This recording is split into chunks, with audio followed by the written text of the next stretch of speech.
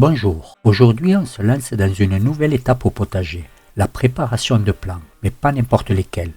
En plus des classiques pommes de terre, je vais vous montrer des cultures un peu plus hors du commun. Au programme, des tubercules étranges, méconnus ou oubliés, comme les crônes, les patates douces, les chayotes et le souchet. Ce dernier, c'est une découverte pour moi. Ces plantes ont des particularités surprenantes et méritent d'être testées.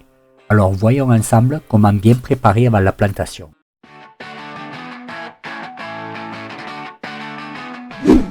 On va commencer à planter par la plus courante dans nos potagers, la pomme de terre. Comme chaque année, je ne me procure pas les plants certifiés spécialement destinés à la plantation. Non pas que ces semences soient de mauvaise qualité, mais je ne vois pas l'intérêt de payer le kilo 10 fois plus cher que les pommes de terre de consommation. Et qu'on ne vienne pas me parler de maladies ou de virus. Si les tubercules sont sains visuellement, ils ne posent aucun problème. Cela étant dit, je commence par prendre une caisse dans laquelle je place une toile de jute légèrement humidifiée. J'y dépose ensuite mes tubercules. Quand je les ai achetés, j'ai choisi ceux qui avaient déjà commencé à germer. Pour une germination optimale, la température idéale se situe entre 10 et 15 degrés. Il est également important de les installer dans un endroit lumineux et bien ventilé, direction le châssis, où ils devraient être prêts à être plantés d'ici 3 semaines. Pour les tubercules suivants, je me rends à l'endroit où je les avais cultivés l'année dernière. On peut voir qu'ils ont déjà commencé à germer à nouveau. Je parle bien sûr des crônes. Il est temps de passer à l'action et d'en récupérer quelques-uns.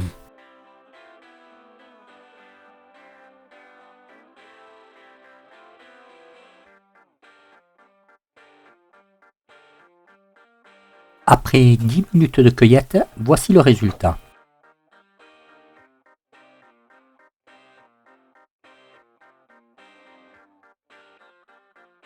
Je passe maintenant à la préparation des plants en utilisant mon mélange de terreau, perlite et vermiculite. Je remplis plusieurs pots que je dispose ensuite dans mes caisses à semis.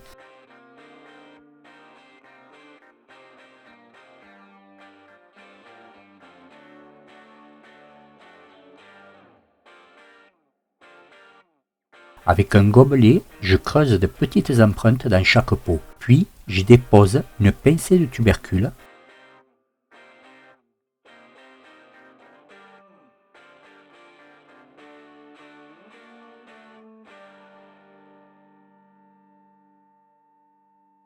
Avant de les recouvrir de terreau. C'est celui que j'ai utilisé pour mes semis de tomates.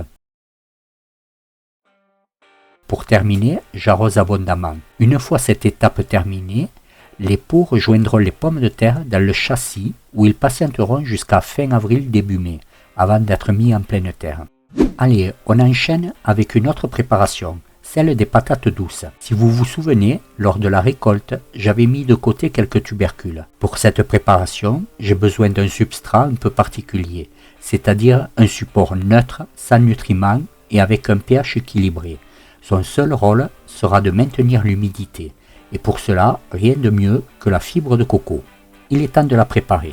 Je vais d'abord préparer un récipient dans lequel je vais verser une dizaine de litres d'eau. En effet, ma fibre de coco est compressée, donc je dois la laisser tremper environ une demi-heure pour qu'elle se réhydrate et se détende. Je vous montre tout ça en accéléré. Je vais prendre un bac que je remplis aux 2/3 de cette fibre de coco.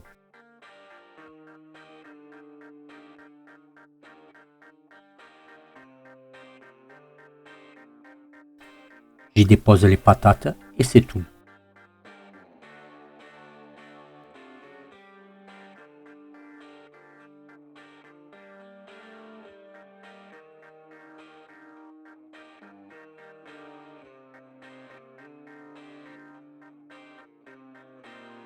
J'arrose abondamment pour constituer une réserve d'eau. Maintenant, direction l'armoire à semis. Température 22 et 12 heures de lumière par jour. On continue avec la chayote. J'en ai gardé 2 fruits de ma récolte 2024. Ils étaient stockés chez moi dans le panier à fruits de la cuisine. Comme on peut le voir, le germe fait déjà une dizaine de centimètres de long. J'ai eu quelques soucis quand j'étais en train de me filmer, quand je plantais les chayotes en pot. Les images n'étaient pas exploitables. Quoi qu'il en soit, voici le résultat, ils sont maintenant dans le châssis. Puisqu'on est avec la chayotte, direction le potager.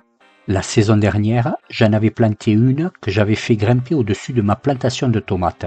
Après la récolte, j'ai laissé toute la végétation en place, et ce pour plusieurs raisons. La première est pratique. Depuis ma fenêtre, j'ai une vue directe sur mon potager, et cela m'a permis d'observer la date de la première gelée destructrice. Les feuilles noircies ne trompent pas.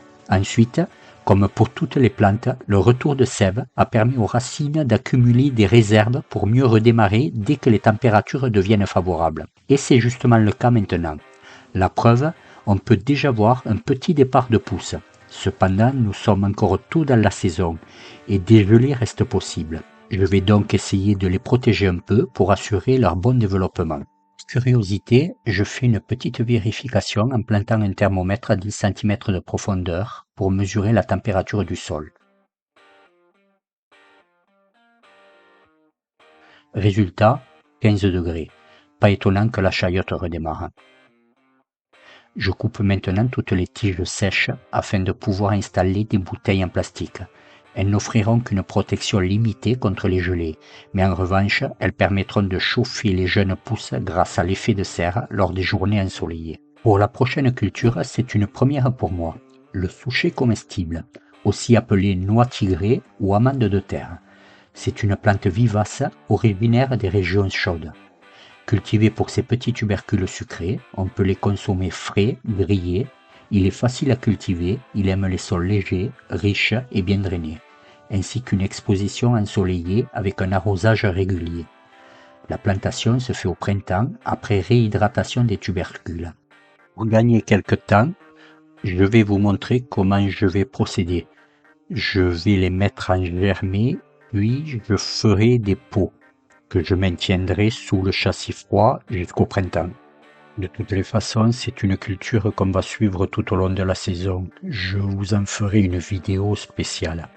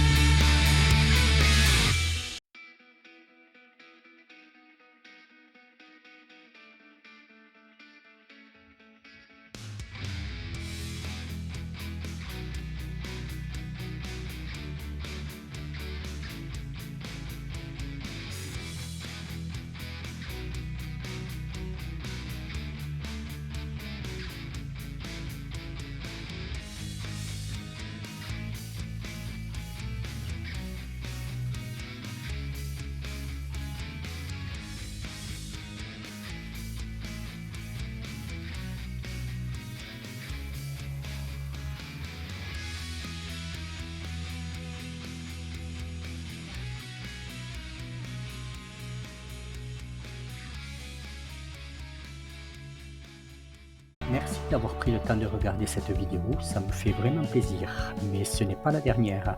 Une nouvelle vous attend probablement la semaine prochaine.